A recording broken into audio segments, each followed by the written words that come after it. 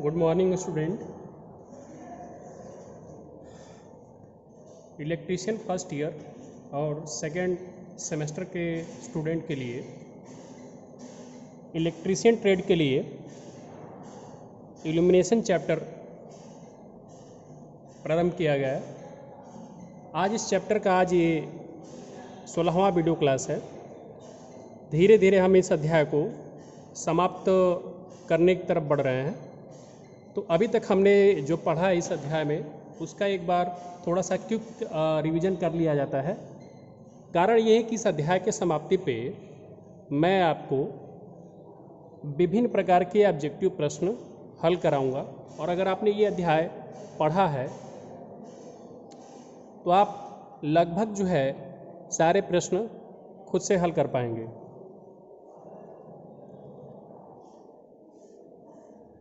तो इससे पहले हमने इस अध्याय में देखा क्या था, ल्यूमिनस फ्लक्स के बारे में देखा था। ल्यूमिनस फ्लक्स की इकाई हमने बताया था ल्यूमेन होता है। उसके बाद हमने ल्यूमिनस इंटेंसिटी पढ़ाया था जिसको हम हिंदी में ज्योति तीव्रता बोलते हैं। और ल्यूमिनस इंटेंसिटी का मात्रक आपको ल्यूमेन प्रति स्टेरेडियन बताया गया था। ल्यूमेन प्रति स्टेरेडियन से आपको समझ में आ जाना चाहिए कि ल्यूमिनस इंटेंसिटी का फार्मूला क्या होगा। ल्यूमेन प्रति स्टेरेडियन अर्थात कि ऊपर जो है प्रकाश की मात्रा और नीचे क्या रहेगा बटे में सॉलिड एंगल जिसका मात्रक क्या होता है घन कोण। फिर उसके बाद आपको इल्यूमिनेशन बताया गया था। इल्यूमिनेशन का मतलब होता है प्रदीप्ति।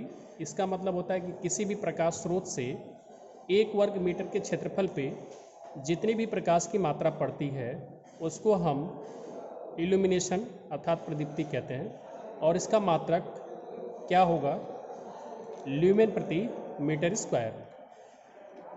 कैसे हो रहा है ये, क्योंकि हमने बोला है कि जो प्रकाश की मात्रा 1 वर्ग मीटर के क्षेत्रफल पे पड़ेगी तो प्रकाश की मात्रा को भी हमें मेज़र करना है और क्षेत्रफल को भी मेज़र करना है। और क्षेत्रफल तो प्रकाश की मात्रा ल्यूमेन और क्षेत्रफल क्या मीटर स्क्वायर। इस हिसाब से इल्यूमिनेशन का मात्रक क्या हो गया ल्यूमेन प्रति मीटर स्क्वायर।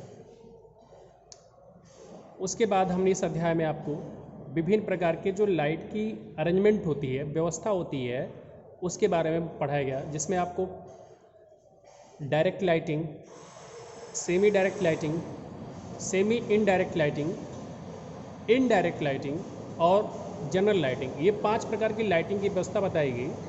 और इन 5 प्रकार की लाइटिंग की व्यवस्था में आपको एक मेन पॉइंट बताया गया जो आपको याद ही रखना था। और वो मेन पॉइंट बड़ी सामान्य सी बात थी कि इसके हेडिंग से ही स्पष्ट हो जा रहा था।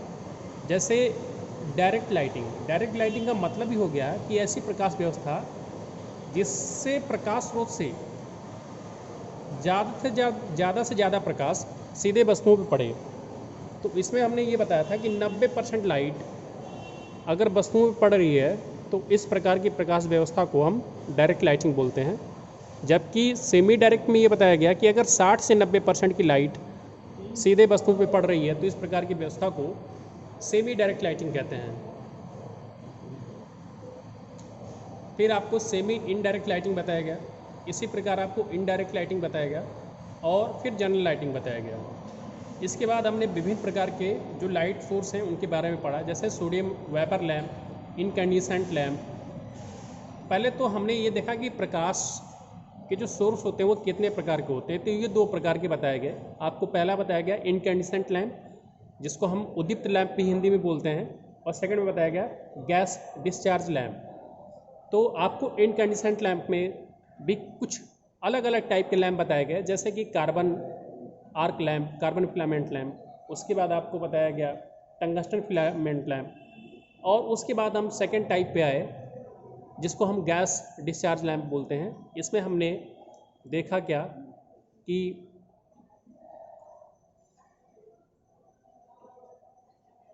High pressure mercury vapour lamp के अलग अलग प्रकार के बारे में पढ़ा।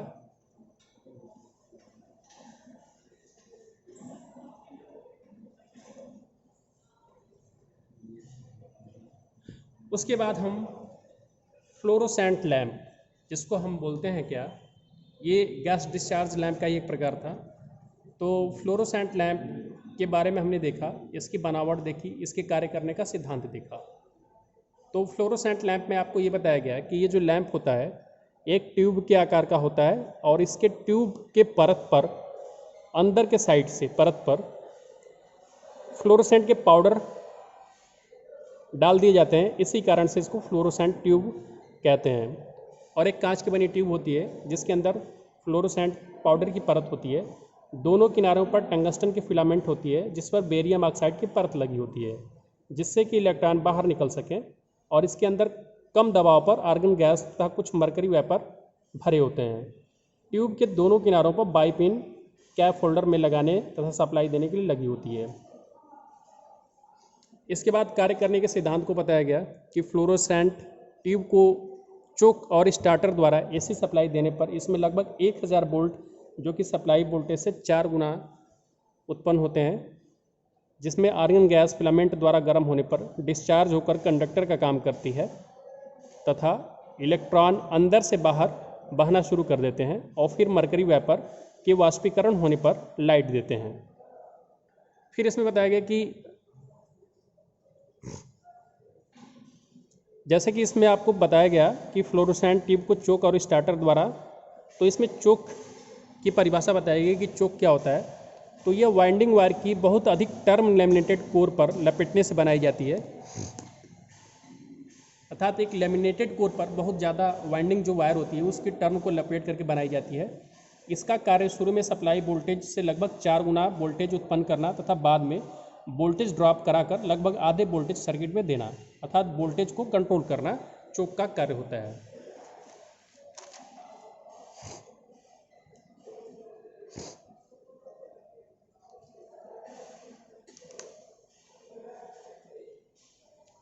अब हम देखेंगे स्टार्टर क्या होता है। तो इसका काम जो है स्विच की तरह ऑन और ऑफ कर सर्किट को पूर्ण करना होता है। यह 2 प्रकार के होते हैं। पहला होता है glow type starter, second thermal type starter.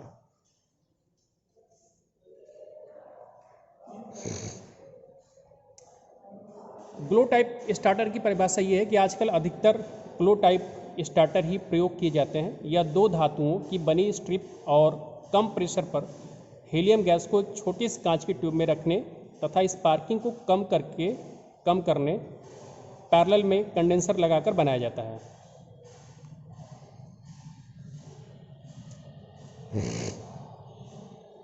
जैसा कि आपको इस ग्लो टाइप स्टार्टर में बताया गया है कि आजकल ये ज़्यादा प्रयोग होता है ग्लो टाइप स्टार्टर, और यह 2 धातुओं बाई मेटेलिक की बनी स्ट्रिप होती है और इस पर कम प्रेशर पर हीलियम गैस को एक छोटी सी कांच के ट्यूब में रखने तथा स्पार्किंग को कम करने के लिए पैरेलल में कंडेंसर को लगाकर बनाया जाता है। जब इसको सप्लाई से जोड़ते हैं तो उस समय हीलियम गैस में डिस्चार्ज पैदा होता है और गैस एक कंडक्टर की तरह काम करने लगती है। जब गैस गर्म हो जाती है उस समय बाई मेटेलिक पत्ती मुड़ जाती है और आपस में स्पर्श करने लगती है। अब करंट गैस में नहीं बहता है, जिससे गैस ठंडी हो जाती है और पत्तियां दूर हट जाती हैं। इस प्रकार मेक और ब्रेक हो जाती है और चालू स्थिति में स्टार्टर पर वोल्टेज कम होती है, इसलिए यह कार्य नहीं करता।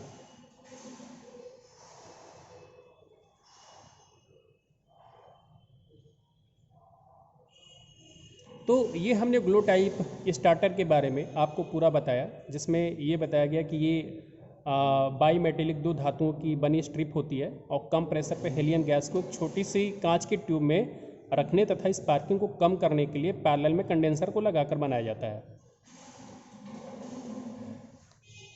सेकंड जो प्रकार इसमें थर्मल टाइप स्टार्टर, तापीय प्रकार का स्टार्टर।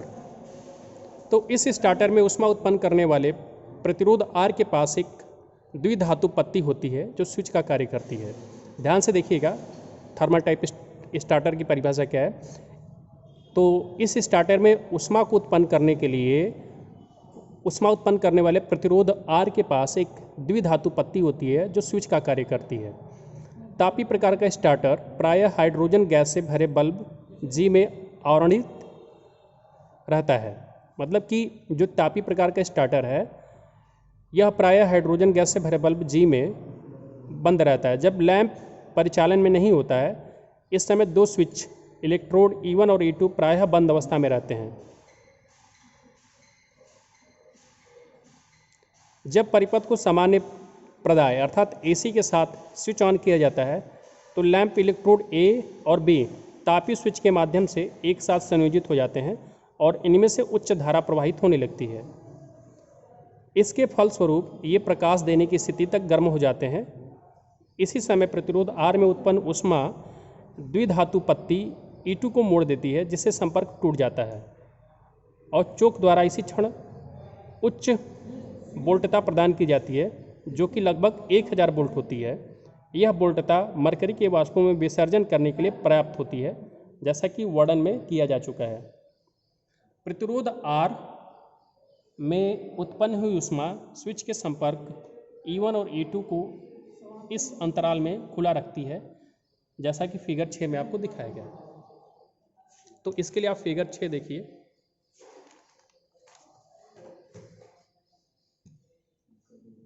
इसमें देखिए ये जो है रेजिस्टेंस है, जो ऊष्मा उत्पन्न करने वाला रेजिस्टेंस है।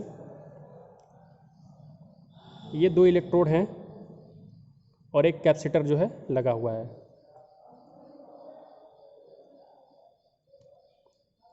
तो 1.006 माइक्रोफैराड का संधारित्र C2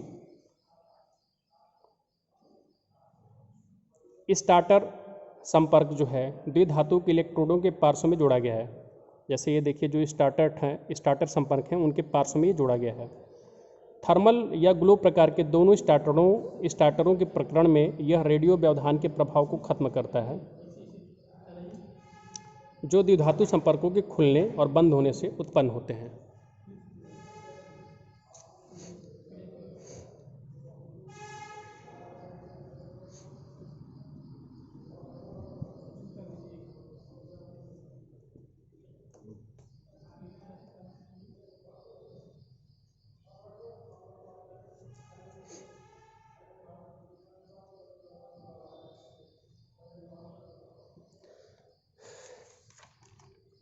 तो तापी प्रकार के स्टार्टर में हमने ये बताया कि इस स्टार्टर में ऊष्मा उत्पन्न करने वाले प्रतिरोध R के पास एक द्विधातु पत्ती होती है जो स्विच का कार्य करती है।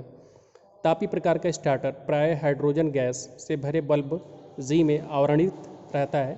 जब लैंप परिचालन में नहीं होता है इस समय दो स्विच इलेक्ट्रोड E1 और E2 प्रायः बंद अवस्था में रहते हैं। जब परिपथ को AC के साथ स्विच ऑन किया जाता है तब लैंप इलेक्ट्रोड A और B तापी स्विच के माध्यम से एक साथ संयोजित हो जाते हैं और इसमें एक उच्च धारा प्रवाहित होने लगती है। इसके फलस्वरूप ये प्रकाश देने की स्थिति तक गर्म हो जाते हैं।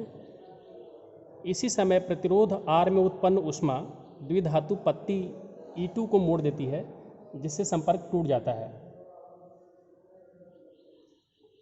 और चोक के द्वारा इसी क्षण उच्च वोल्टता प्रदान की जाती है जो कि लगभग 1000 वोल्ट होती है।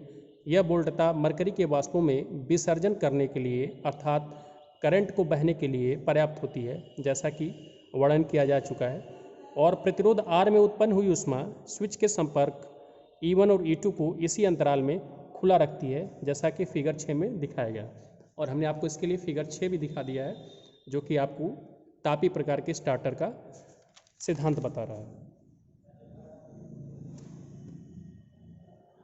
अब हम देखते हैं एक अलग टाइप का लैंप जिसको हम बोलते हैं CFL। CFL का फुल फॉर्म होता है compact fluorescent lamp. Compact fluorescent lamp जो कि घरों में प्रयोग किया जाता है प्रकाश के लिए। तो यह फ्लोरोसेंट लैंप की एक आधुनिक रचना है जिसमें एक साधारण बल्ब और ट्यूब लाइट के सभी गुण पाए जाते हैं। जो फ्लोरोसेंट अर्थात जो CFL होता है यह फ्लोरोसेंट लैंप का ही एक आधुनिक रचना है जिसमें एक साधारण बल्ब और ट्यूब लाइट के सभी गुण पाए जाते हैं। लेकिन ये लैंप लगभग 80% कम बिजली खर्च करते हैं तथा इनकी लाइफ साधारण बल्ब की तुलना में 6 गुना अधिक होती है। यह 170 वोल्ट से 250 वोल्ट तक काम कर सकते हैं। इन्हें साधारण बल्ब होल्डर में लगाया जा सकता है। तो इसका एक एडवांटेज ये भी है कि जो CFL है इसको साधारण बल्ब के होल्डर में भी लगाया जा सकता है जिसमें हम साधारण बल्ब ये जो पीली रोशनी देने वाले बल्ब होते हैं उसमें भी इनको लगा सकते हैं, जबकि ट्यूब लाइट जो होती है अर्थात जो फ्लोरोसेंट ट्यूब होती है उसको हम साधारण होल्डर में नहीं लगा सकते हैं। और CFL में गुण भी आपका जो है फ्लोरोसेंट ट्यूब की तरह भी होता है। तो यह विभिन्न आकार तथा रेंज में मिलते हैं, जैसे कि 5 वाट, 7 वाट, 9 वाट, 11 वाट, 13 वाट, 15 वाट, 17, 20 और 23 वाट। इस रेंज के वाट में ये उपलब्ध होते हैं। अगला जो हमारा बल्ब है वो LED, जिसको हम, इसका पूरा नाम क्या होता है, लाइट इमिटिंग डायोड। इसमें सामान्य बल्ब की तरह कोई फिलामेंट नहीं होता है, बल्कि इसके अंदर सेमीकंडक्टर के पदार्थ प्रयोग किए जाते हैं, जिससे इलेक्ट्रॉन की गति से प्रकाश पैदा होता है। तो आज के लिए इस वीडियो में इतना ही। वीडियो देखने के लिए आपको धन्यवाद।